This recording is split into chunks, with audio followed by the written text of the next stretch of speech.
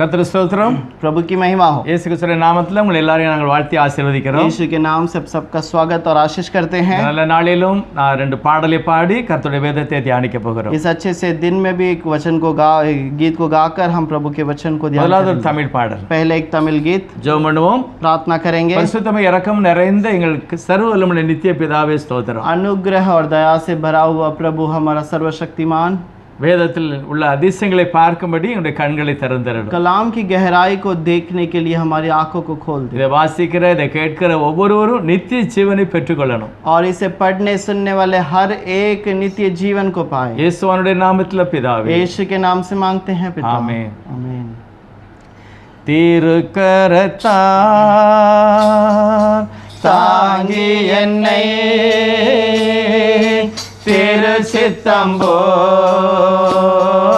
நடத்திடுமே, குயவன் கையில்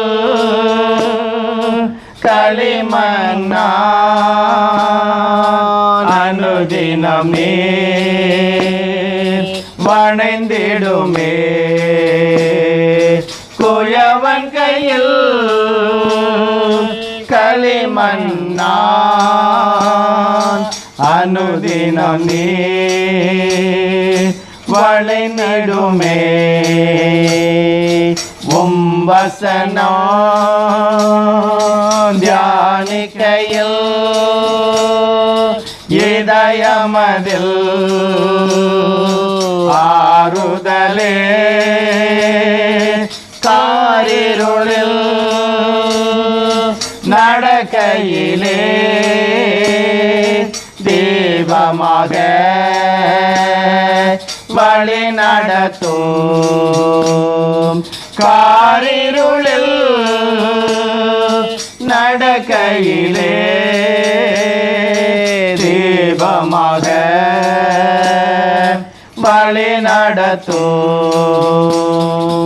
ஆழ்கடலில் அலைகளினால் அசையும் போது என் படகில் ஆத்ம நண்பர் இயேசு உண்டு, சேர்ந்திடுவேன் அவர் சமூகம், ஆத்ம நண்பர் இயேசு உண்டு, சேர்ந்திடுவேன் அவர் சமூகம், அவர் நமக்காய் ஜீவன் தந்து அளித்தனரே, எந்த மீட்பு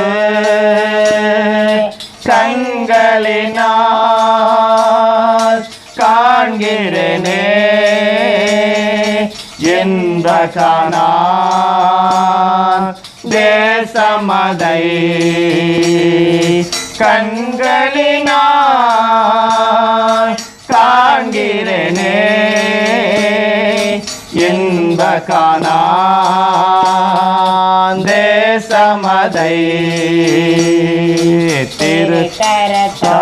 திருக்கரத்தால் தாங்கி என்னை திரு சித்தம் போல் நடத்திடுமே, குயவன் கையில் களிமண்ணான்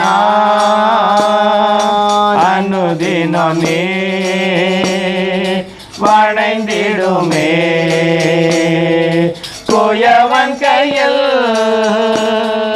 களிமண்ணான் அனுதினம் நீர் வணைந்திடுமே. Hallelujah hallelujah. Praise the lord. और हिंदी पाडल கூட பாடலாம். एक हिंदी गीत भी गाएंगे। यीशु है महान राजाओं का राजा, वही है तेरा तारणहारा, तारणहारा। हालेलुया हालेलुया हालेलुया हालेलुया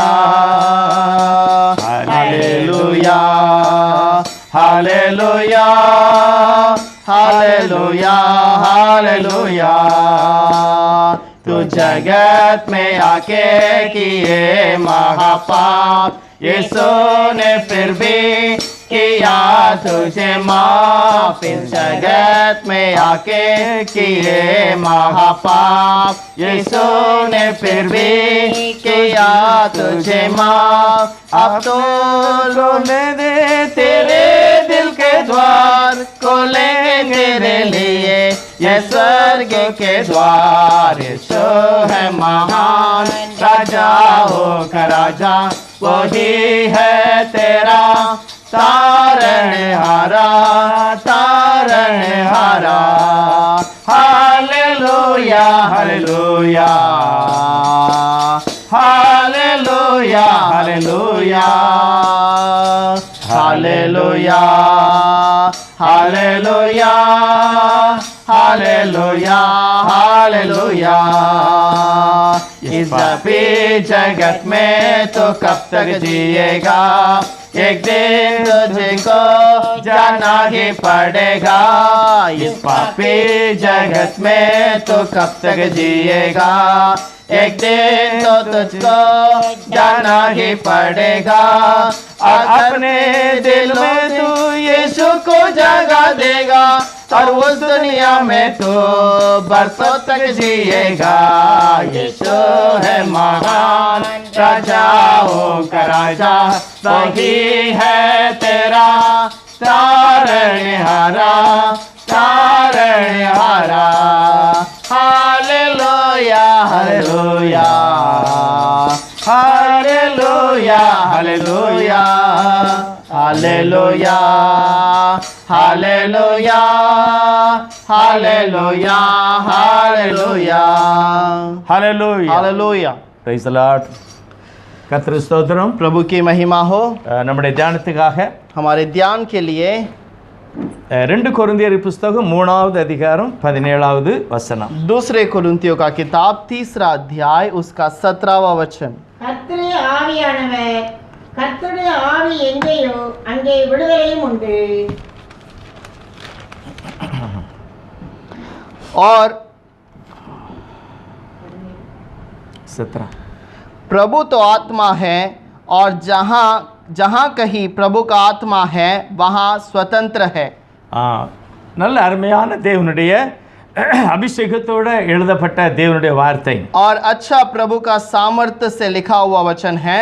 கர்த்தரே ஆவியானவர், प्रभु तो आत्मा है, கர்த்தரே தேவன் என்று அறியுங்கள். और प्रभु ही यहोवा है करके जान लो। கர்த்தரே இருக்கிறவராக இருக்கிறவர், और प्रभु ही जो है जो था करके जान लो।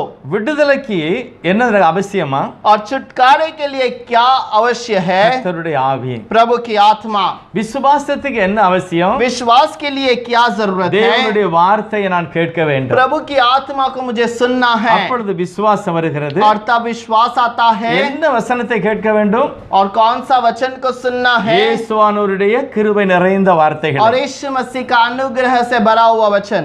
இந்த அதிகாரத்துல इस अध्याय के अंदर மேல இருந்து நாம் பார்க்கும்போது, अगर ऊपर से हम पढ़ते हैं, மோசேயினுடைய காலத்துல எழுதப்பட்ட பழைய ஏற்பாடை குறித்து எழுதியிருக்கிறது. मूसा के जमाने में जो पुराना नियम है उसके बारे में लिखा है। அந்த வேதாகமத்தை புதிய ஏற்பாடுல உள்ள பரிசுத்தவான்களால புரிந்து கொள்ள முடியலை என்பதை பவுல் ஞாபகப்படுத்துகிறார். और इससे नए नियम के लोग स्वीकार समझ नहीं पाते हैं, इसे पौलुस बताता है। ஒரு இடத்துல சொல்லி இருக்கிறது, एक जगह पर लिखा है, சத்தியத்தை நீங்கள் அறிவீர்கள், சத்தியம் உங்களை விடுதலையாக்கும். सत्य को तुम जानोगे, सत्य तुम्हें स्वतंत्र करेगा। அப்படி என்றால் இயேசு கிறிஸ்து தான் சத்தியம், வழி, ஜீவன். और इसका मतलब यीशु मसीह ही सत्य, मार्ग और जीवन है। இயேசுவை நீங்கள் மெய் தெய்வமாக தெரிந்து கொண்டால் உங்களுக்கு விடுதலை. और यीशु मसीह को तुम जान लोगे तो तुमको छुटकारा है। அவரால எல்லாம் செய்ய முடியும் அப்படின்னு அவர் பாதத்திலே விழுந்தால் விடுதலை. अगर वही सब कुछ कर सकता है ऐसे कहकर उसके पैरों तले गिरे तो वहां पर छुटकारा है। சத்தியத்தை அறிந்தால் விடுதலை. सत्य को जानोगे तो छुटकारा இன்னொரு है। வசனம் சொல்லுகிறது, और एक वचन कहता है, குமாரன் உங்களை விடுதலை ஆக்கினால் மெய்யாகவே விடுதலை. अगर पुत्र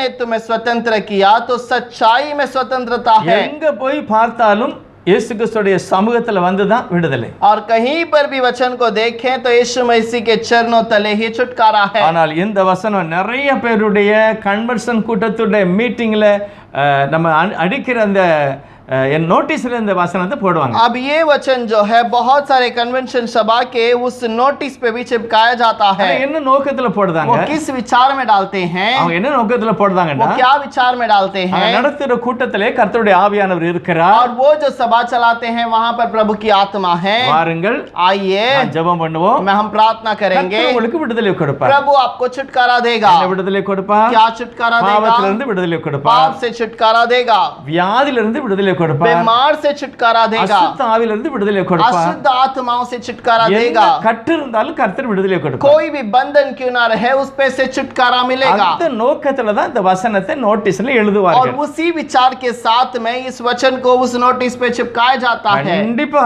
அப்படி நடக்கும். और वैसे ही जरूर होता है, ஏனென்றால் கர்த்தருடைய ஆவி எங்க இருக்குதோ அங்க விடுதலை உண்டு. क्योंकि प्रभु की आत्मा जहां पर है वहां पर छुटकारा है। அது ஒரு கரை. और वो एक तरफ, ஆனா இந்த வார்த்தை எழுதப்பட்ட நோக்கம் என்ன? लेकिन इस वचन का जो नियम क्या है? கர்த்தருடைய ஆவி உனக்குள்ள இருந்தா என்னத்தை விடுதலை செய்வார்? और प्रभु का आत्मा तुम्हारे अंदर है तो क्या छुटकारा देगा? கன்வென்ஷன் கூட்டத்துல சத்தியம் அது அப்படிதான் நடக்கும். कन्वेंशन के सभा में जरूर वो वैसा ही होगा। வியாதியில விடுதலை, और बीमार से छुटकारा, கட்டுகள விடுதலை, और बंधन से छुटकारा, பாவத்திலிருந்து விடுதலை. पाप से छुटकारा, காரணம் கர்த்தருடைய ஆவியானவர் இருக்கிறார், விடுதலை. क्योंकि प्रभु की आत्मा है इसीलिए छुटकारा ஆனா है। இங்க ஆவியானவர் இந்த வசனத்தை ஏன் எழுதி இருக்கிறார்? लेकिन किस लिए आत्मिक प्रभु ने यहाँ पर लिखा है? இங்க பார்த்தீங்கன்னா மேல எழுதி இருக்கிறது, यहाँ पर देखेंगे तो पता மோசேயுடைய चलेगा।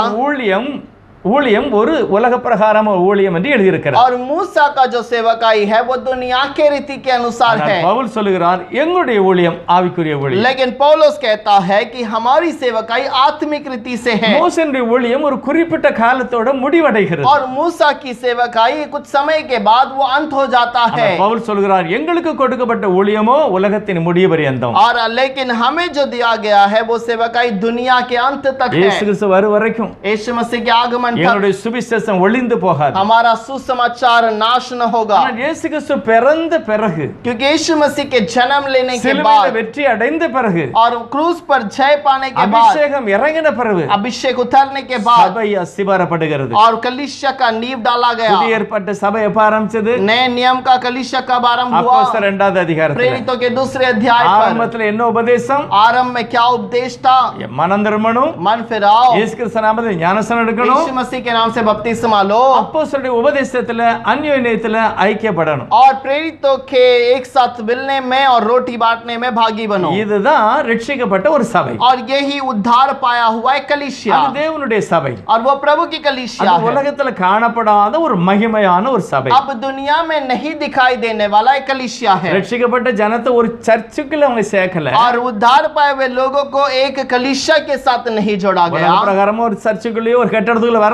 और दुनिया के रीति से एक भवन के अंदर या कलीसिया के अंदर आ ஆனா सकते கர்த்தருக்கு हैं, ஒரே ஒரு சபை. लेकिन प्रभु का एक ही அது कलीसिया है, மகிமையான ஒரு சபை. वो महिमा का அந்த कलीसिया। ஆவிக்குரிய சபையில தேவன் நம்மளை சேர்த்துக் उस கொள்ளுகிறார். आत्मिक कलीसिया में प्रभु हमें जोड़ देता है। அந்த சபையை தேவனே கட்டுகிறார். और उस भवन को यीशु खुद என் बांधता சபையை நான் है। கட்டுவேன். मेरे भवन को मैं बनाऊंगा, அதை யாரும் கட்ட முடியாது. और कोई बना नहीं ஒரு सकता। கட்டடத்தை நம்ம கட்டலாம்.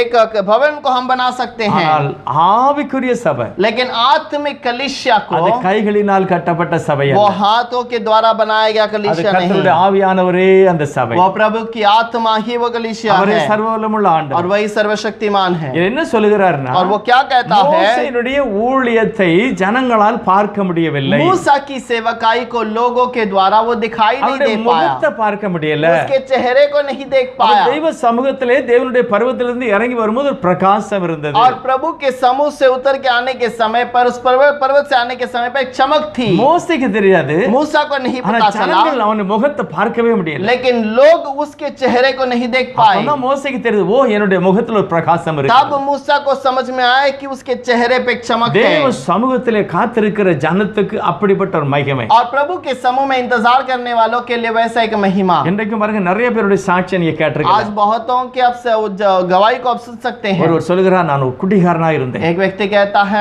मैं एक पियक्कड़ था, இயேசு என்னை ரட்சித்தார். ரட்சித்தார். यीशु ने उद्धार दिया। ஒருவர் சொல்றார், நான் ஒரு திருடனா இருந்தேன், एक कहता है मैं एक चोरी करने वाला था, கர்த்தர் என்னை ரட்சித்தார். प्रभु ने मुझे छुटकारा दिया। இவங்களுடைய முகத்தெல்லாம் பார்த்தீங்கன்னா உண்மையில ஒரு பிரகாசமா இருக்கு. जरूर इनके चेहरे पे एक अलग चमक रहती है। சத்திய சபையில உண்மையான தேவனுடைய ஊழியர்கள் பரிசுத்தவனுடைய சாட்சி சொல்லுவாங்க, அவனுடைய முகத்துல ஒரு பிரகாசம். और सत्य कलीसिया के अंदर जब लोग प्रभु के बारे में गवाही देते हैं, उनके चेहरे पे चमक होती है। அவங்க மனம் திரும்பாம இருக்கும்போது அவங்க முகம் இருட்டா இருக்கும். और वो जब मन नहीं फिराते हैं तब उनके चेहरे में अंधकार होगी। ஆனா மனம் திரும்பின பிறகு, लेकिन मन फिराने के வாழ்க்கை बाद, மாறின பிறகு, जीवन बदलने के முகம் बाद பிரகாசம். और उनके चेहरे पे चमक, இதை விட பல மடங்கு மோசேயுடைய முகத்துல பிரகாசம் और இருக்கு. इससे भी कई गुना अधिक मूसा के चेहरे पे था। ஆகவே அவர்கள் சொன்னாங்க, ஐயா உங்க முகத்தை மூடிக்கிறங்க. और इसीलिए उन्होंने कहा मूसा अपने चेहरे को ढाप ले। பவுல் என்ன சொல்ல விரும்புகிறார்? पौलुस क्या कहना चाहता है? மோசேயுடைய முகத்தை காண முடியவில்லை, ஆகவே அவர் மூடிக்கொண்டார். और मूसा के चेहरे को उन्होंने देख नहीं पाया, इसीलिए चेहरे को ढाप लिया। அவர் எழுதின வார்த்தைகளையும் ஜனங்களுக்கு புரியல. और उसका लिखा हुआ बात भी लोग समझ नहीं पाए। அதனால इसीलिए அவர் எழுதப்பட்ட நியாய பிரமாணத்துக்கு மேல துணி இல்ல. और उसका व्यवस्था जो डाला गया है उसके ऊपर कोई कपड़ा से ढका नहीं गया। யாரும் கட்டி வைக்கல, किसी ने बंधन में नहीं யாரும் रखा, மறைச்சு வைக்கல. किसी ने छुपा के न रखा। ஆனால் அந்த வார்த்தை புரிந்து கொள்ளவில்லை. वो वचन को वो समझ नहीं पाए, அந்த வார்த்தை அவர்களால ஏற்றுக்கொள்ள वो முடியவில்லை. वचन को वो स्वीकार नहीं कर पाए। பைபிள்ல நம்ம ஒரு சில வசனத்தை வாசிக்கலாம். कुछ वचनों को बाइबल में पढ़ेंगे।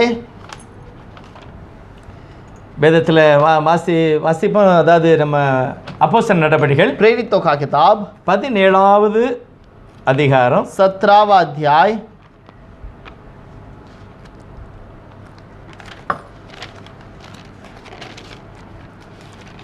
பவுல் ஒரு சில காரியங்களை வெளிப்படுத்துகிறார்.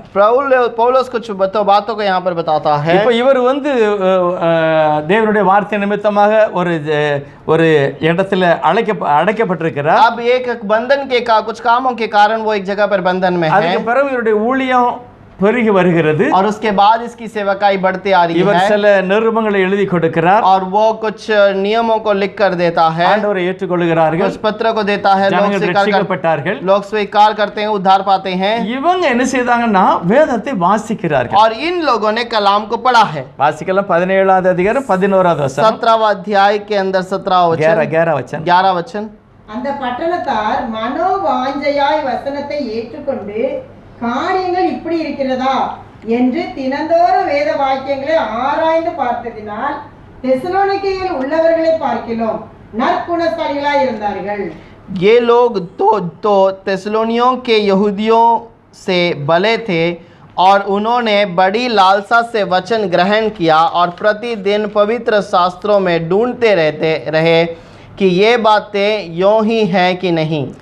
இவங்க பைபிளை வாசித்தாங்க. ये लोगों ने बाइबल को पढ़ा तो है, இப்படி இருக்கிறதா, क्या इस प्रकार की बात है, அப்படி வாஞ்சையா வாசித்தாங்க. ऐसे लालसा से उन्होंने पढ़ा, வசனம் புரிஞ்சது, क्योंकि वचन उन्हें समझ आई। இவர்கள் புதிய ஏற்பாட்டு விசுவாசிகள் और ये नए नियम के विश्वासी புதிய हैं ஏற்பாட்டுடைய அபிஷேகம் பெற்றவர்கள். और नए नियम के अभिषेक पाए हुए लोग மனோ வாஞ்சையாக வாசித்தார்கள். पूरे मन से उन्होंने वचन को पढ़ा, ஆராய்ந்து பார்த்தார்கள், जांच कर देखा, அது புரிஞ்சதுனால वो समझ आई, इसीलिए நற்குணசாலிகளாய் மாறிவிட்டார்கள். अच्छे गुण वाले बन गए। எப்படி மாறிட்டாங்க? कैसे बन गए? பைபிள் விளங்கிச்சு, बाइबल समझ में आई, வார்த்தை விளங்கிச்சு, और वचन समझ में आई, வசனத்துக்கு ஒப்பு கொடுத்தாங்க, वचन के लिए अर्पण किए, வாழ்க்கை மாறிவிட்டது. उनका जीवन बदल ஆனா गया। இங்க 2 கொரிந்தியர் 3வது அதிகாரத்துல பவுல் என்ன சொல்கிறார்? लेकिन दूसरे कुरिन्थियों 3 अध्याय में पौलुस क्या कहता है?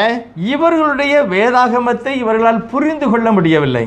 इनके कलाम को ये खुद नहीं समझ पाते हैं। மோசேயினுடைய ஆகமம் வாசிக்கப்படும் பொழுது அவர்களுடைய இருதயத்திலே ஒரு முக்காடு மூடி இருக்கிறது. और उनके वचन, प्रभु के वचन को पढ़ने के समय पर उनका जो वचन के ऊपर एक ढापा गया है, कपड़ा ढापा गया है, இருதயத்துக்குள்ளாக ஒரு மறைவு இருக்கிறது. और हृदय के अंदर पे एक ढापी हुई बात है। வசனத்தை வாசிக்கும் போது விளங்கவில்லை, और वचन को पढ़ने के समय पर समझ नहीं आई, அவர்களுக்கு புரிந்து கொள்ள முடியவில்லை. उन्हें वो बात वो समझ नहीं पाए। ஆனால் அவர்கள் இயேசுவை ஏற்றுக்கொண்டால், फिर भी उन्होंने अगर यीशु को स्वीकार किया இயேசு கிறிஸ்துவின் அபிஷேகத்தை பெற்றுக்கொண்டால், और यीशु को प्रेम को उन्होंने पा लिया है, வார்த்தையின் அபிஷேகத்தை பெற்றுக்கொண்டால் वचन के अभिषेक को अगर पा लिया है, அது மூலமாக மூடி இருக்கிற அந்த அறியாமை நீக்கப்படும். और वो जो ढापा हुआ कपड़ा, वो अनजान बात है, वो निकल जाएगी. கிறிஸ்துவனிடத்திலே மனம் திரும்பினால் मसीहा के अंदर मन फिराए உனக்கு இருக்கிற மறைவு நீக்கப்படும், உனக்கு வசனம் புரியும். और तुम्हारे अंदर का जो ढापा हुआ वस्त्र निकाल जाएगा और तुम्हें वो समझ आएगी. இதுல எழுதி இருக்கிறது यहाँ पर लिखा है 14வது வசனத்துல 14वां वचन पर, அவருடைய இருதய அதாவது மன கடினப்பட்டது, और उनका मन कठिन हुआ இந்நாள் வரைக்கும் आज तक, பழைய ஏற்பாடு வாசிக்கப்படுகையில் और पुराना नियम पढ़े जाने के அந்த समय, முக்காடு நீக்கப்படாமல் இருக்கிறது. और वो जो पर्दा वहां पर नहीं से वहां से नहीं निकला. இந்த முக்காடு தலையில போடுற முக்காட சொல்லல, இருதயத்துல மூடி இருக்கிறது. और ये सर के ऊपर डाला हुआ उस घूंघट के बारे में नहीं, बल्कि हृदय के ऊपर डाला गया कपड़े के ऊपर डाला बारे में बताता है. ஒருவர் சொல்லுகிறார், एक व्यक्ति कहता है புதிய ஏற்பாட்டுல முக்காடு போடணும் அவசியம் இல்ல, पुराने नए नियम पर घूंघट डालने की आवश्यकता नहीं. தவறான உபதேசம். ये गलत उपदेश है. தெய்வ சமூகத்திலே நாம் தாழ்ந்திருக்கிறது நல்லது. प्रभु के समूह में नम्रता दिखाना अच्छी बात அவர் है. எழுதுகிறாரு, और वो लिखता है கிரேக்கருக்கும் யூதருக்கும் பிரஜாதிக்கும் நீங்க இடரா இருக்க கூடாது. और ग्रीकियों को या यहूदियों को और अन्य जातियों के बीच में तुम ठोकर मत खाओ. அதனால நீங்க முக்காடு போடுங்கன்னு சொல்லி பவுல் எழுதுகிறார். इसीलिए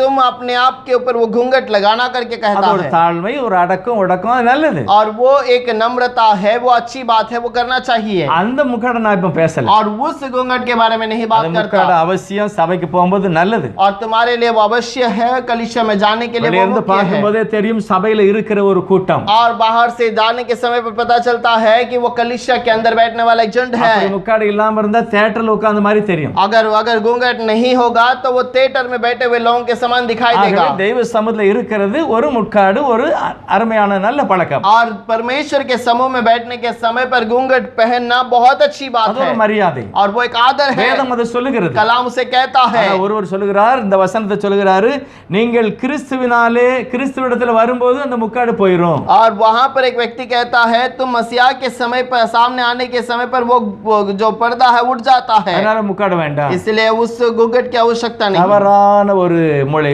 தவறான ஒரு ஞானம். और वो गलत ज्ञान है. பவுல் என்ன சொல்லுகிறார்? पौलुस क्या कहता है? இயேசு கிறிஸ்துவை ஏற்றுக்கொண்டால், यीशु को स्वीकार कर ले, ரட்சிக்கப்பட்டால், उद्धार पाता है, மனம் திரும்பினால், मन फिराता है, பரிசுத்த அபிஷேகத்தை பெற்றால், पवित्र आत्मा का अभिषेक पाता है, மோசேயின் ஆகமம் உனக்கு விளங்கும். मूसा का जो नियम है वो तुझे समझ அப்படி आएगी. இல்லைன்னா விளங்காது. नहीं तो नहीं समझ आएगी. மோசே சொல்லப்பட்ட அதே தெய்வம் புதிய ஏற்பாட்டில் இயேசுவாக வெளிப்பட்டார். और मूसा के द्वारा बताया गया वही खुदा यहाँ पर नए नियम में प्रकट होता है. அதனாலதான் பவுல் சொல்கிறாரு, इसीलिए पौलुस कहता है, கர்த்தர் தான் ஆவியானவர். और प्रभु ही आत्मिक प्रभु அவர் है. மட்டும் உன்கிட்ட இருந்தா உனக்கு வேதாகமத்தை புரிந்து கொள்ளுகிற ஒரு விடுதலை கிடைக்கும். और वो अगर तुम्हारे संग है तो कलाम को जांचने वाली बातें तुम्हें मिलेगी. என்ன விடுதலை? क्या छुटकारा? வேதாகமத்தை புரிந்து கொள்ளுகிற ஒரு விடுதலை. कलाम को जानने वाला एक छुटकारा है. வேதாகமத்துல நிறைய காரியங்களை நான் புரிந்து கொள்ள வேண்டும். और कलाम के अंदर बहुत बातों को हमें समझना जरूरी है. இப்போ ஒரு वचனத்தை நான் வாசிக்கிறேன், கவனிங்க. एक वचन को मैं पढ़ता हूँ, सुनिए. இதுல யோவான் எழுதின சுவிசேஷம் यूहन्ना का किताब 14வது அதிகாரம் 14वां अध्याय 16 18 மட்டும் வாசிக்க. 16 மட்டும் வாசிப்போம். 14ல 14वां अध्याय के अंदर 16 वचन पढ़ेंगे. நான் பிதாவை வேண்டிக் கொள்ளுவேன், அப்பொழுது என்றென்றைக்கும் உங்களுடனே கூட இருக்கும்படிக்கு சத்திய ஆவியாகிய வேறொரு தேற்றரவாளனை அவர் உங்களுக்கு தந்தருளுவார்.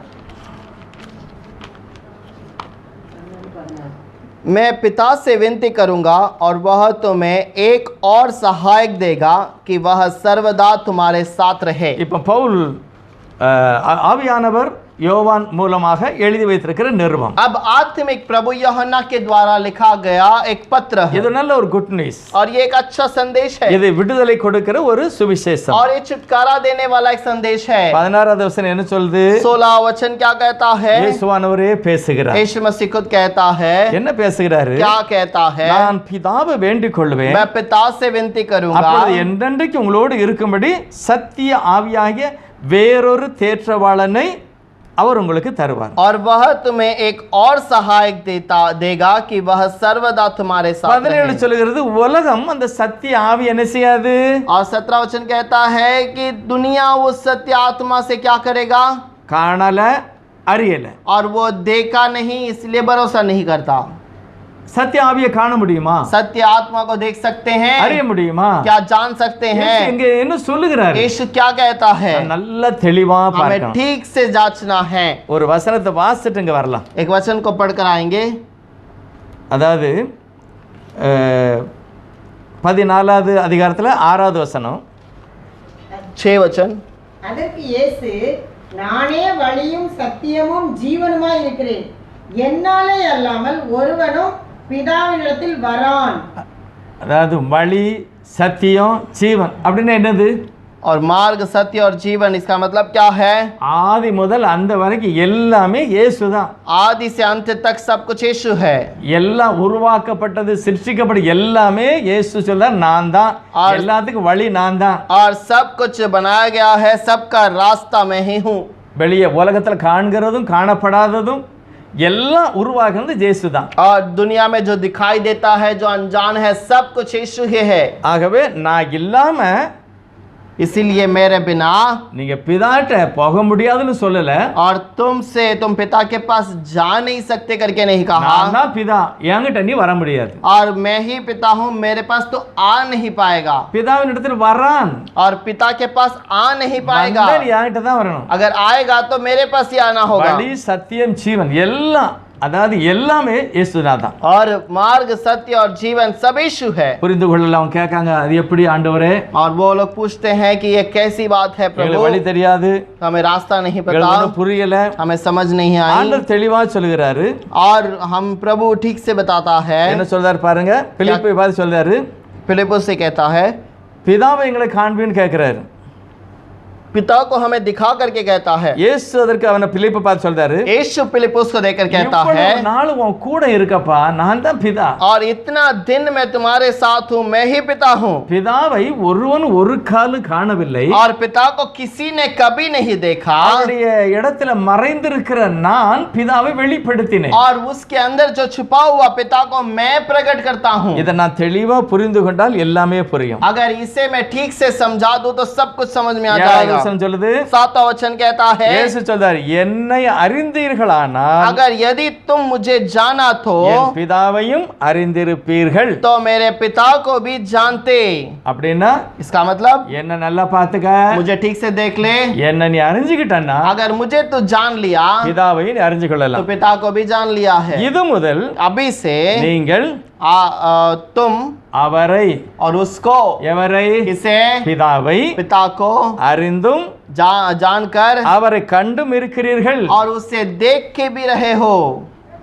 பைபிள் சொல்லுது, கர்த்தருடைய ஆவி உனக்குள்ள இருந்தால் और प्रभु का आत्मा यदि तुम्हारे अंदर है வேதாகமம் புரிந்து கொள்ளும். और कलाम तुम समझ पाओगे। மோசேயினுடைய ஆகமம் வாசிக்கப்படும் போது मूसा का नियम जब पढ़ा जाता था யூதருடைய இருதயத்திலே ஒரு முக்காடு இருக்கிறது, और यहूदियों के हृदय के ऊपर एक पर्दा पड़ी है அவங்களுக்கு அது புரியல. और उन्हें वो समझ नहीं आई। அதனால இயேசுவையும் மேசியாவாக ஏற்றுக்கொள்ளல. इसीलिए यीशु को मसीहा करके नहीं स्वीकारे। இயேசு கிறிஸ்துவின் ஆவி உனக்குள்ள இருந்தால், अगर यीशु की आत्मा तुम्हारे अंदर है உனக்குள்ள இருக்கிற அந்த வெளிப்பாடை கொடுக்கும், உன் இருதயம் திறக்கப்படும். और तुम्हारे अंदर के उस प्रकटीकरण को देगा और तुम्हारे अंदर वो बातें रहेगी। கர்த்தரே ஆவியானவர். प्रभु खुद आत्मा அந்த है। கர்த்தருடைய ஆவி எங்க இருக்கோ और वो அங்க உனக்கு விடுதலை. वो प्रभु की आत्मा जहां पर है वहां पर तुम्हें छुटकारा है। என்ன விடுதலை? क्या छुटकारा? பவுல் என்ன சொல்றாரு? पौलुस क्या कहता है? வேதத்தை வாசிக்கும் போது உனக்கு புரியும், कलाम को पढ़ने के समय पर तुम्हें समझ आएगी, உனக்கு நல்லா புரிந்து கொள்ளும். तुम्हें ठीक से समझ में இதுல आएगा। நல்ல தெளிவாக 14வது அதிகாரத்துல और சொல்லுகிறாரு. 14 वचन में और ठीक से बताया गया है। நம்ம 16ல வாசித்தோம். 16வது வசனத்துல, उस पे 16 वचन पे हमने पढ़ा है, நான் பிதாவை வேண்டிக் கொள்றேன், உனக்கு ஒரு வேறு தேற்றவாளன் வருவான்னு சொல்லிட்டு और तुम्हें पिता को दिखाऊंगा, तुम्हें एक वहां पर तसल्ली देने वाला आता है। உலகம் அந்த சத்திய ஆவியானவரை பார்க்கல, அறியல. और दुनिया ने उस सत्य आत्मा को नहीं जाना, नहीं पहचाना। அப்படின்னா என்னை ஏற்றுக்கொள்ளாதவர்கள் உலகத்தார். अब मुझे जो नहीं स्वीकारा है वो दुनिया का है। இயேசுவானவரை மேசியாவாக ஏற்றுக்கொள்ளலன்னா அவன் உலகத்தான். अब यीशु को मसीहा करके नहीं स्वीकारा है तो वो दुनिया का अनुसार रहने वाला। இயேசுவானவரை இரட்சகராக ஏற்றுக்கொள்ளலன்னா அவன் உலகத்தான். अगर यीशु मसीह को उद्धार करता है करके नहीं स्वीकार किया तो वो दुनिया का है। பைபிள் சொல்லுகிறது, बाइबल कहती है ரோமர் 9:5 இவரே என்றென்றைக்கும் சோஸ்தரிக்கப்பட்ட சர்வத்திற்கும் மேலான தேவன். रोमियो के 9:5 में कहता है यही हमेशा हमेशा के लिए धन्यवाद किया हुआ है। இயேசு சொல்றாரு, यीशु कहता है உலகத்தை அறிய மாட்டான், दुनिया नहीं जानेगा ஆனா நீ அறிவ. लेकिन तुम जानोगे। என் வசனத்தை நீ கேட்டதனால் பரிசுத்தமா இருக்கிற. मेरे वचन को सुनने के कारण तुम पवित्र என்னுடைய रहोगे ஆவி உனக்கு வெளிப்படும் என்கிறார். और मेरा आत्मा तुम्हारे लिए प्रकट होगा। பாருங்க, கர்த்தருடைய ஆவி எங்க இருக்கோ அங்க விடுதலை உண்டு. प्रभु का वचन जहाँ पर है वहाँ पर छुटकारा है। வியாதி போகும், பேய் போகும், தரித்திரம் போகும், பாவம் போகும். कंगालपन जाएगा,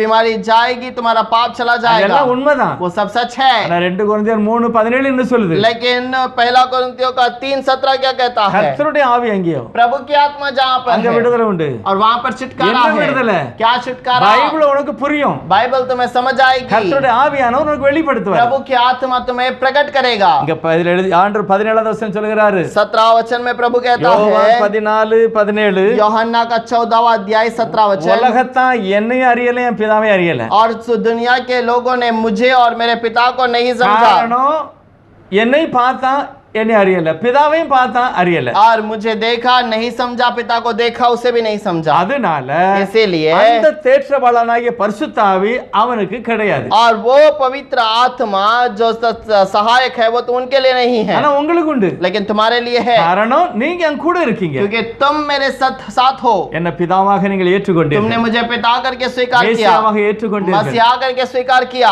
ஆகவே इसीलिए உலகம் என்ன புரியல, दुनिया ने मुझे नहीं நீ समझा, புரிஞ்சுக்கிட்ட, लेकिन तुम मुझे समझ गए। உனக்கு கிடைக்கும். तुम्हें मिलेगा। என்னது கிடைக்கும்? क्या मिलेगा? ஆவியானவர் கிடைப்பார். और आत्मिक प्रभु அது मिलेगा, இன்னொரு ஆள் இல்ல, वो और कोई नहीं। நானே பிதாவாக குமாரனாக பரிசுத்த ஆவியாக இருக்கிறேன் என்கிற வெளிப்பாடை நீ பெற்றுக்கொள்ளுவாய். और मैं ही पिता पुत्र पवित्र आत्मा बनकर रहता हूँ, ये प्रकटीकरण तू पाएगा। அப்படி இல்லன்னா नहीं तो உலகத்தான போல दुनिया के समान 3 ஆள் இருக்கு, 3 लोग रहेगा, 3 ஆள் இருக்காங்க, 3 लोग हैं 3க்கும் பாடி இருக்கிறது. और तीनों का अलग अलग शरीर है। ஒருவர் சொல்கிறாரு, एक व्यक्ति कहता है ஆவியானவர், आत्मिक प्रभु, ஆவியானவர். आत्मिक प्रभु, அதெல்லாம் அவருக்கு அவர் ஒரு ஆளு. और वो एक व्यक्ति है। என்ன ஒரு ஞானம்! और क्या ज्ञान है! வேதம் சொல்லுகிறது, இஸ்ரவேலே கேள், உன் தேவனாகிய கர்த்தர் ஒருவரே கர்த்தர். कलाम कहता है इस्राएल सुन, तेरा परमेश्वर एक ही है। ஒன்றுக்கு மேற்பட்டதெல்லாம் விக்கிரகாராதனை. और एक से बढ़कर है तो वो मूर्ति पूजा அந்த के ஒரே समान ஒரு है। தெய்வம் और वो एक ही खुदा, பரலோகத்துல பூலோகத்துல எனக்குள்ள நிறைஞ்சிருக்கு. और वो स्वर्ग में पृथ्वी पर मेरे अंदर भरपूर है। அவருக்கு முடியையா, और उसके लिए कोई अंत नहीं। அவர் சர்வ वो வல்லமுள்ளவர், सर्वशक्तिमान அவர் है எங்கும் और நிறைந்திருக்கிறார். वो हर जगह पर भरपूर है। 2 தீமோத்தேயு दूसरा तीमोथी का किताब 3வது அதிகாரம் 16வது வசனம் சொல்லுது, 3 अध्याय 16 वचन में लिखा வேதாகம है। தேவ ஆவியினால் எழுதப்பட்டிருக்கிறது, அதனால தேவ ஆவியை பெற்றுக்க வசனம் புரிஞ்சுக்கணும். और वचन कलाम के द्वारा लिखा गया, इसलिए पढ़ ले तो तू समझ पाएगा। ஆவியானவர் தான் வெளிப்படுத்துவார். आत्मिक प्रभु ही समझाएगा। யோவான் 5:36 சொல்லுது, और यूहन्ना 5:36 पे कहता है நல்ல வேதத்தை ஆராய்ஞ்சு பாரு, टेक से कलाम को पढ़कर देख, பழைய ஏற்பாடை நல்லா ஆராய்ஞ்சு பாரு, पुराने नियम को जांच कर देख, இயேசு மட்டும் வெளிப்படுவார், वहां पर केवल यीशु ही दिखाई देगा। உனக்கு நித்திய ஜீவன் கிடைக்கும். तुम्हारे लिए नित्य जीवन है। ஏசாயா 34:16 சொல்லுது, ऐसा 34:16 में कहता கர்த்தருடைய है வேதத்தை நல்லா தேடி வாசித்து பாரு, प्रभु के वचन को अच्छे से जांच कर दे, எழுதின பரிசுத்த ஆவியானவர் உனக்கு வெளிப்படுத்துவார். और लिखा हुआ पवित्र आत्मा दिखाई देगा। 2 பேதுரு 1:20 சொல்லுது, दूसरा पत्रस का 1:20 में लिखा है வேதத்தில் உள்ள எல்லா தீர்க்க தரிசனமும் कलाम के अंदर के सारे भविष्यद्वक्ता எழுதப்பட்ட பொருளை வெளிப்படுத்தாது. और लिखे हुए बात को वैसे ही प्रकट नहीं करता। அப்படி நீ பார்க்காத, वैसे मत देखना, அதனுடைய கனி. समझ लेना। மோசே சொன்னார், मूसा ने कहा என்னை போல ஒரு தீர்க்கதரிசி வருவார், मेरे समान एक भविष्यद्वक्ता आएगा। அதத்தான் எதிர்பார்த்தான், ஆனா கிடைக்கல. அவர் இயேசு. उसी का इंतजार कर रहे थे, लेकिन वो समझ नहीं पाए वो यीशु है। இயேசுனார் சொன்னார், இம்மானுவேல் வர போகிறார். यीशु ने कहा, वहां पर लिखा है इमैनुएल आएगा। ஏசாயா புத்தகத்தில் எழுதியிருக்கு, இம்மானுவேல் வருவார். यशायाह की किताब में लिखा है कि इमैनुएल आएगा। இம்மானுவேலை பார்த்துக்கிட்டே இருந்தா அங்க இயேசு வந்துட்டாரு, ஏமாந்து போயிட்டார். और ये लोग इमैनुएल का इंतजार कर रहे थे, यहाँ यीशु आया, वो लोग फंस गए। ஒருத்தன் சொல்றான் மேசியா வருவார், और एक ने कहा मसीहा आएगा, ஐயா மேசியா தான் இயேசு. और वो मसीहा ही तो यीशु है। எழுதப்பட்டபடியே பார்த்தா அவன் அடையல. अब जो लिखा हुआ है उसी के ऊपर नजर गया तो वो पहचान नहीं இயேசு पाया। சொன்னார், தேற்றவாளன் வருவார். यीशु ने कहा तसल्ली देने वाला आएगा, அவர்தான் பரிசுத்தவான், அவர்தான் இயேசு. और वही तसल्ली देने वाला वही यीशु है। நம்முடைய உலகத்தின் முடிவு பிறந்தமும் எல்லா நாளும் நம்ம கூட நமக்கு மத்தியில இருக்கேன்னு வாக்கு கொடுத்திருக்கார். और दुनिया के अंत तक मैं तुम्हारे संग तुम्हारे साथ रहूंगा करके वाग्दान किया है। பிரதான மேய்ப்பன், और महायाजक, பிரதான தூதன், और जो स्वर्गदूत, பிரதான அப்போஸ்தலன், और महाप्रेरित, எல்லாத்துலயும் பிரதான ஆசாரியன் எல்லாம் இயேசுதான். और सब महायाजक जो भी आता है वो सब यीशु है, காரணம் அவர் சர்வ வல்லமுள்ளவர், எல்லா காரியங்களையும் அவர் எடுத்து என்னை மீட்டுக் கொள்ளுகிறார். क्योंकि वो सर्वशक्तिमान है, वो सब कुछ लेकर अपने आप को स्वीकार करता எலியா है। வருவார்னு சொன்னாங்க, एलिया आएगा करके कहा, அதே பார்த்துக்கிட்டு இருந்தா வந்தது யோவான் ஸ்நானகன். और उसी का इंतजार कर रहे थे, लेकिन आने वाला यूहन्ना बपतिस्मा था। இதைத்தான் பேதுரு சொல்லுகிறார். इसी के बारे में पतरस எந்த कहता ஒரு है, தீர்க்கதரிசி எழுதப்பட்டது மாதிரியே வெளிப்படாது, கனியை பாரு மரத்தை பாரு. और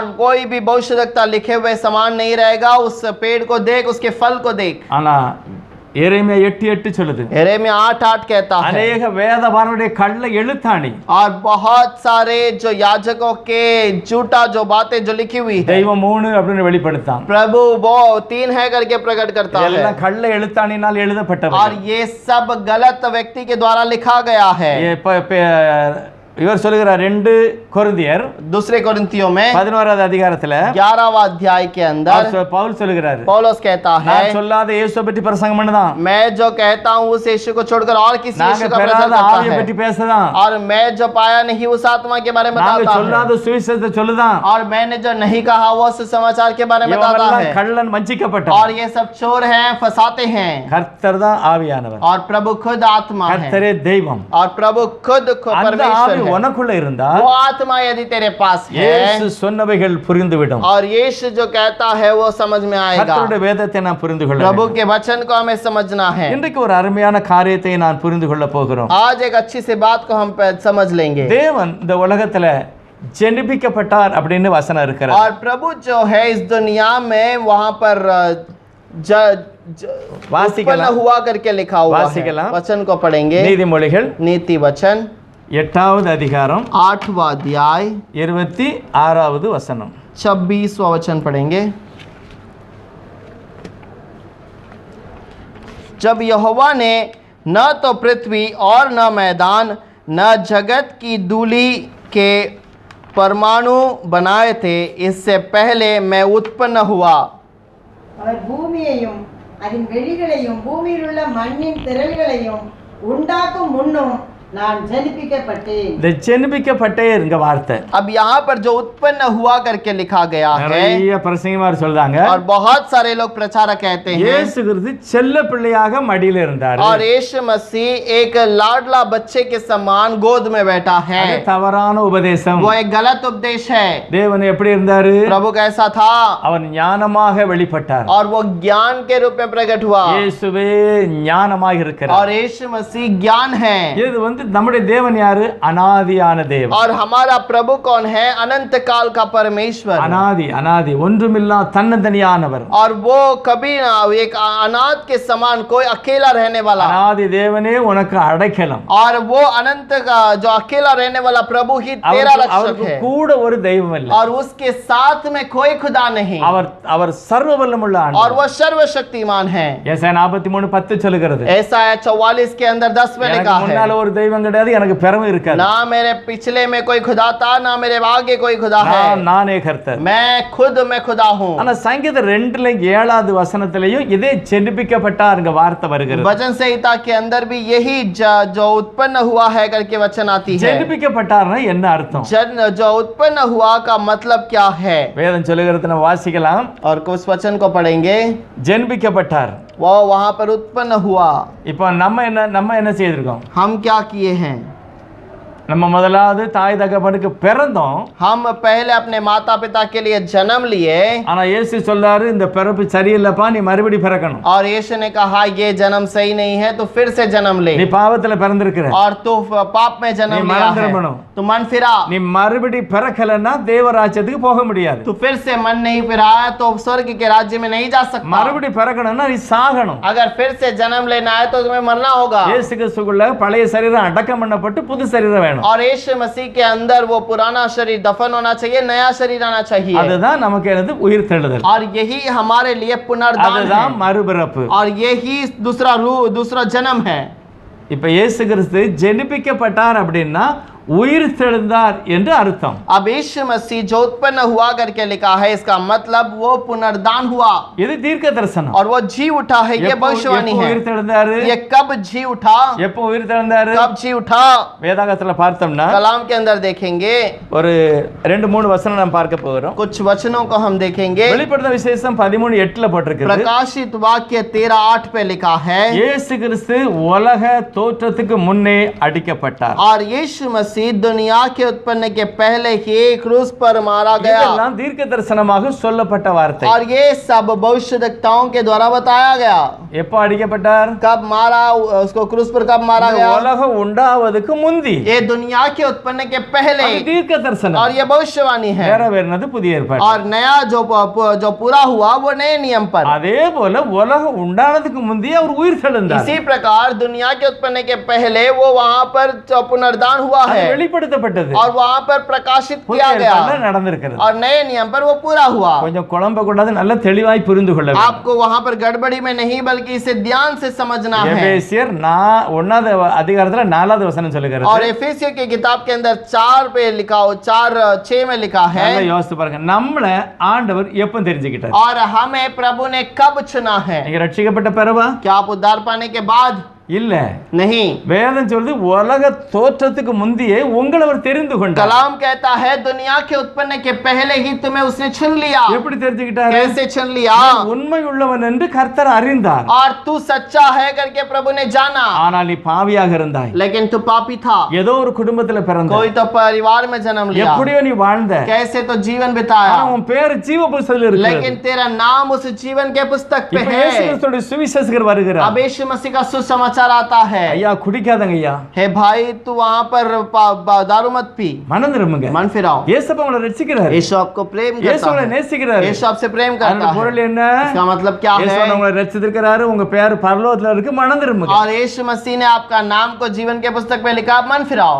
மனம் திரும்பு, मन फिराओ, இயேசு விசுவாசி. यीशु को विश्वास இந்த कर. வார்த்தை உள்ள போகும்போது அந்த அசுத்தம் வெளியே போயிட்டு மனுஷன் ரட்சிக்கப்பட்டுட்டான். अब ये मन फिराने के समय पर वो आत्मा बाहर निकल गई, पवित्र आत्मा अंदर आई और ये उद्धार पाया. யார் ரட்சிக்கப்பட்டது? कौन उद्धार पाया? உலக தோற்றத்துக்கு முன்னாலே இவனுடைய பெயர் அங்க இருக்கிறது. दुनिया के उत्पन्न के पहले इसका नाम वहां पर है. யான் தேவன் பட்சபாதம் உள்ளவரா? ये परमेश्वर भेदभाव करने वाला है? பட்சபாதம் உள்ளவர் அல்ல. नहीं, भेदभाव करने वाला வாயில नहीं. வார்த்தை வருமுந்தி அவருக்கு தெரியும். और तेरे जबान से आने वाले शब्द के पहले वो जानता நீ है. எப்படி இருப்பேன்னு பார்த்து அவர் எழுதினார். तू कैसा रहेगा करके देखकर उसे उसने लिखा. அவர் எழுதினதுனால நீ ரட்சிக்கப்படல. अब उसने लिखा है इसलिए तुमने उद्धार नहीं நீ पाया. வார்த்தைக்கு கீழ்ப்படிவாய் என்று நினைத்து அதை பார்த்து अनंत देवन பார்த்து எழுதினார். और वो अनंत परमेश्वर जो है तो जैसा रहेगा उसे देखकर वहां पर लिखा है. நடவடை எல்லாம் அவருக்கு தெரியும். मेरा चाल चलन वो जानता है. நான் எப்படி பிறந்து என்னெல்லாம் செய்வேன், என்ன அட்டுழியம் பண்ணுவேன் எல்லாம் அவருக்கு தெரியும். मैं कैसा जन्म लूंगा, क्या क्या करूंगा, क्या क्या नहीं करूंगा, सब वो जानता ஆனா है. வசனம் வரும்போது,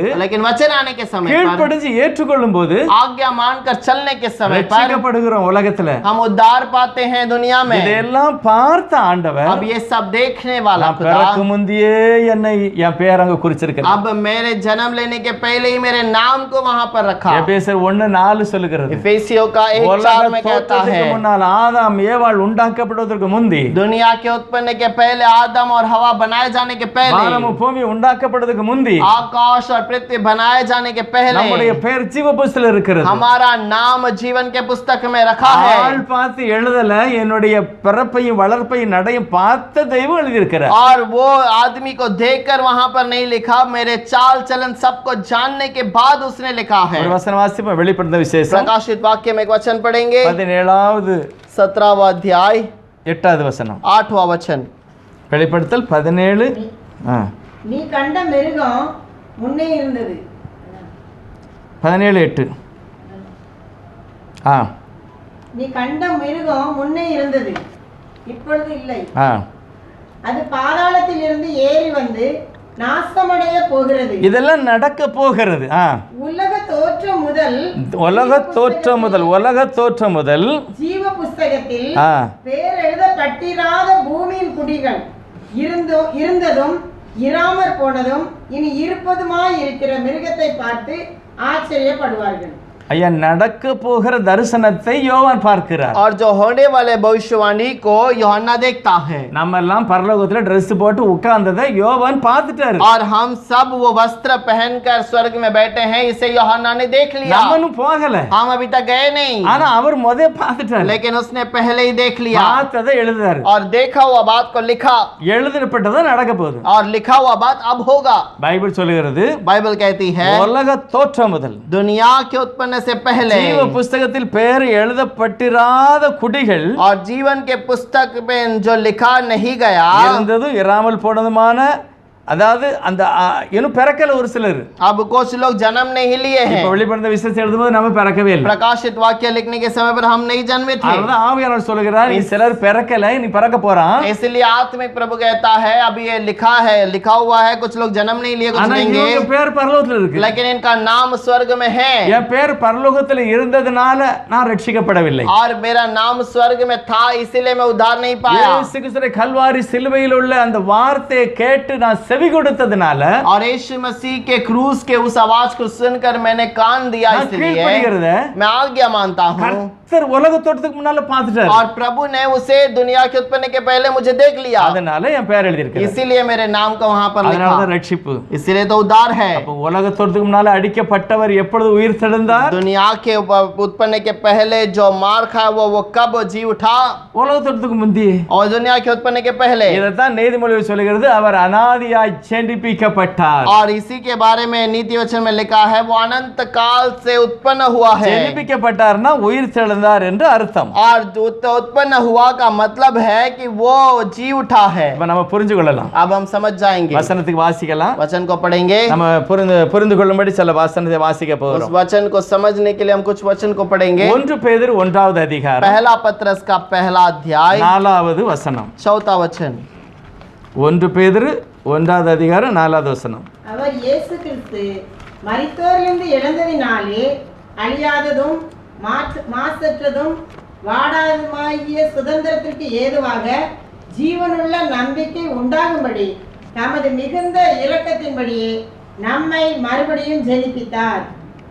अर्थात एक अविनाशी அதான் 4 1ல 4. हमारे प्रभु यीशु मसीह के परमेश्वर और पिता का धन्यवाद हो, जिसने यीशु मसीह के मरे हुए में से जी उठने के द्वारा अपनी बड़ी दया से हमें जीवन आशा के लिए नया जन्म दिया.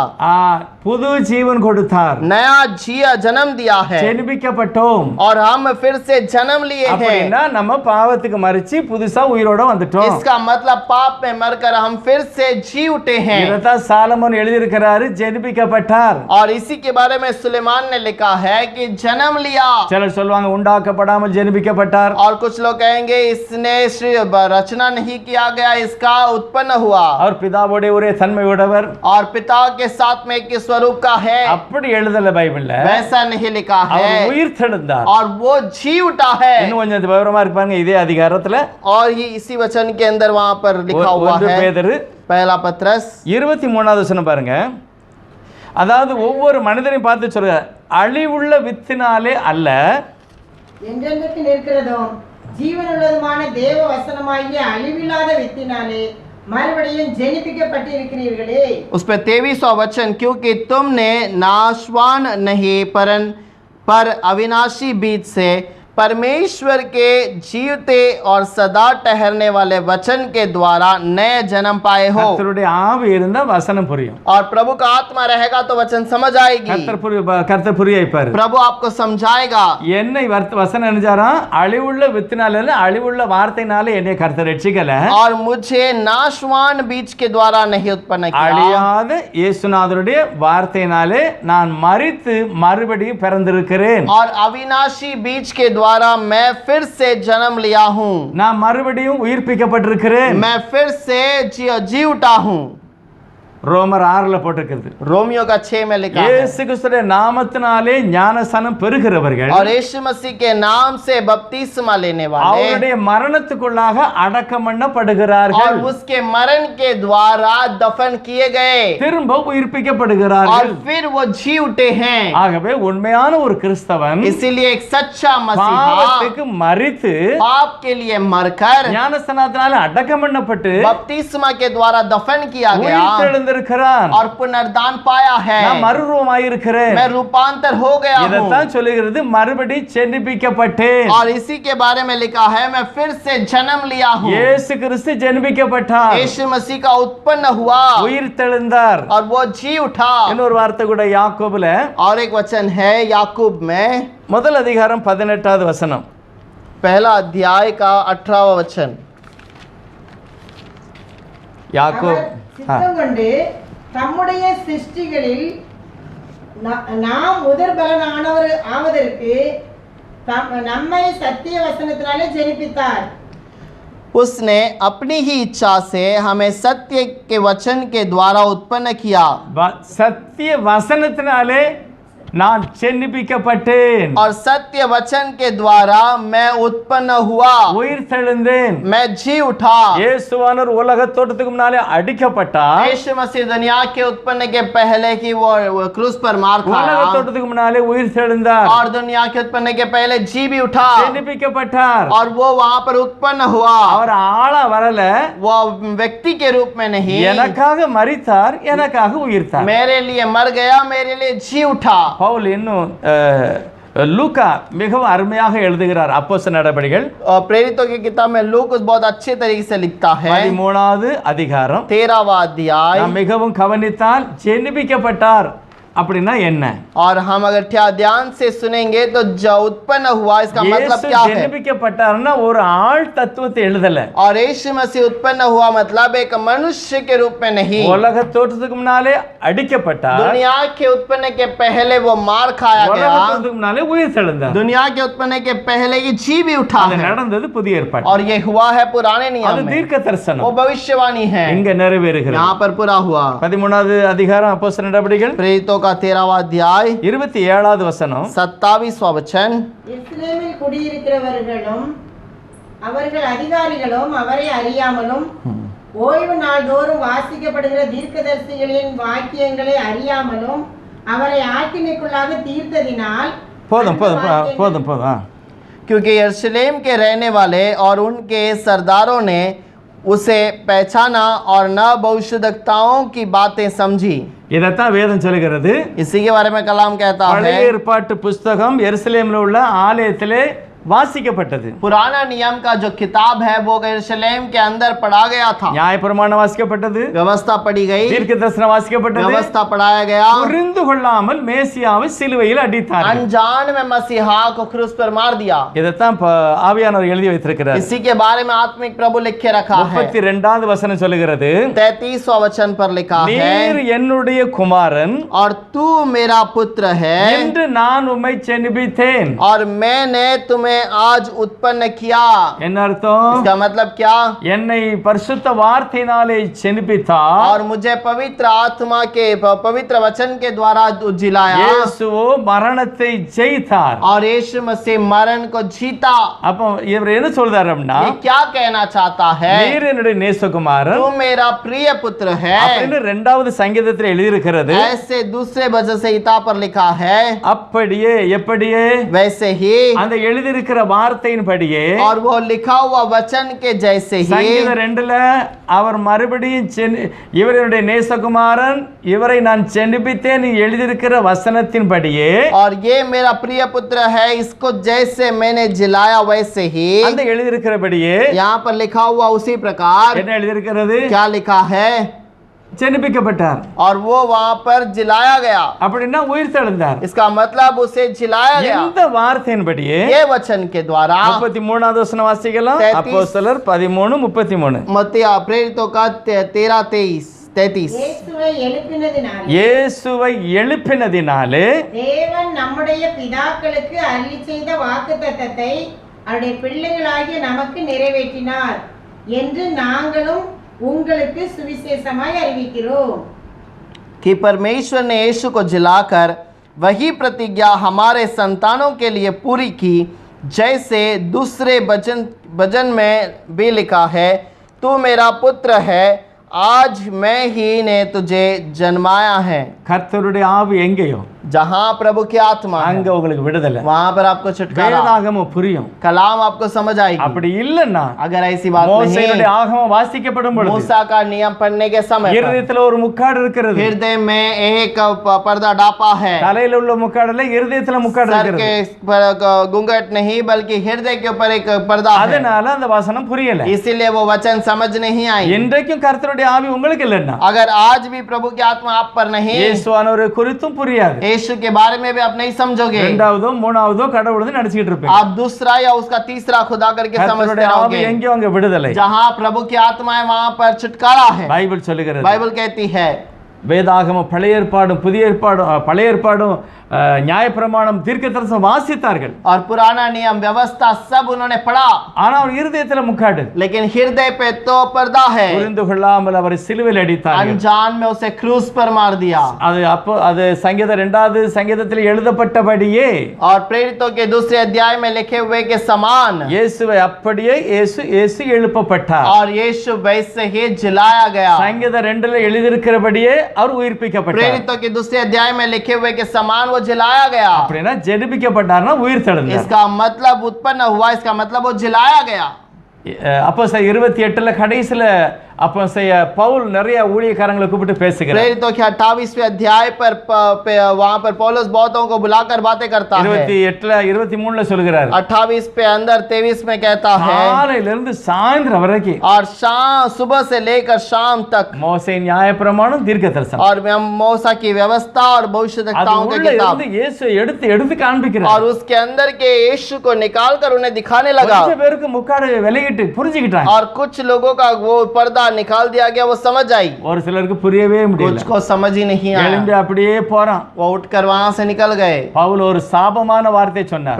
पौलुस ने एक श्रापित बात को दिया, நீங்கள் கண்டும் காணாதவர்களாய் இருப்பீர்கள், और तुम देखते हुए भी अंधे रहोगे, கேட்டு உணராது இருப்பீர்கள், और सुनकर उसे महसूस नहीं करोगे। ஏசாயா 6வது அதிகாரத்தில் எழுதப்பட்ட சாபம் உங்களுக்கு வருகிறது. और ஏசாயா 6 अध्याय में लिखा हुआ श्राप तुम्हारे ऊपर आता ஆகவே है। இயேசுவை நீ அடையாளம் காண வேண்டும். और इसलिए तो यीशु का அவர் पहचान சர்வ வல்லமையுள்ள वो ஆண்டவர். सर्वशक्तिमान அவர் है। உலக தோற்றத்துக்கு முந்தி அடிக்கப்பட்டார். दुनिया के उत्पन्न के पहले उसे क्रूस पर உலக मारा गया। தோற்றத்துக்கு முந்தி அவர் உயிர் தெழுந்தார். दुनिया के उत्पन्न के पहले वो जी उठा। கடைசி காலத்துல கர்த்தர் வெளிப்பட்டார். आखिर समय पर प्रभु वहां पर இந்த प्रकट हुआ। சத்தியத்தை ஏற்றுக்கொள்வோம், ரட்சிக்கப்படுவோம். सत्य को पहचानेंगे, हम उद्धार पाएंगे। ஒரு நிமிஷம் ஜெபம் एक பண்ணலாமா? क्षण के लिए प्रार्थना करें। கர்த்தருடைய ஆவி எங்கேயோ அங்க விடுதலை. जहाँ पर प्रभु की आत्मा, वहाँ छुटकारा है। கர்த்தரே ஆவியானவர். और प्रभु खुद आत्मा है। கர்த்தரே தேவன் என்று அறியுங்கள். प्रभु ही यहोवा है करके பரிசுத்தமுள்ள जानो। ஆண்டவரே, வேதாகமத்தை வாசிக்கிற ஒருவர் கூட கெட்டு போகாம और प्रभु इस कलाम को पढ़ने वाले कोई भी नाश ना हो, நித்திய ஜீவனை பெற்றுக்கொள்ள உதவி செய்யும். नित्य जीवन को पाने के लिए मदद இந்த कीजिए। வார்த்தைகளை ஒவ்வொருவரும் புரிந்து கொள்ள இருதயங்கள் திறக்கப்படட்டும். इस वचन को समझने के लिए हर एक के हृदय को खोल दें। இயேசப்பா உதவி செய்யுங்க. यीशु मदद कीजिएगा। இயேசுவானுடைய நாமத்தில் பிதாவே, यीशु के नाम से मांगते हैं पिता, ஆமென்.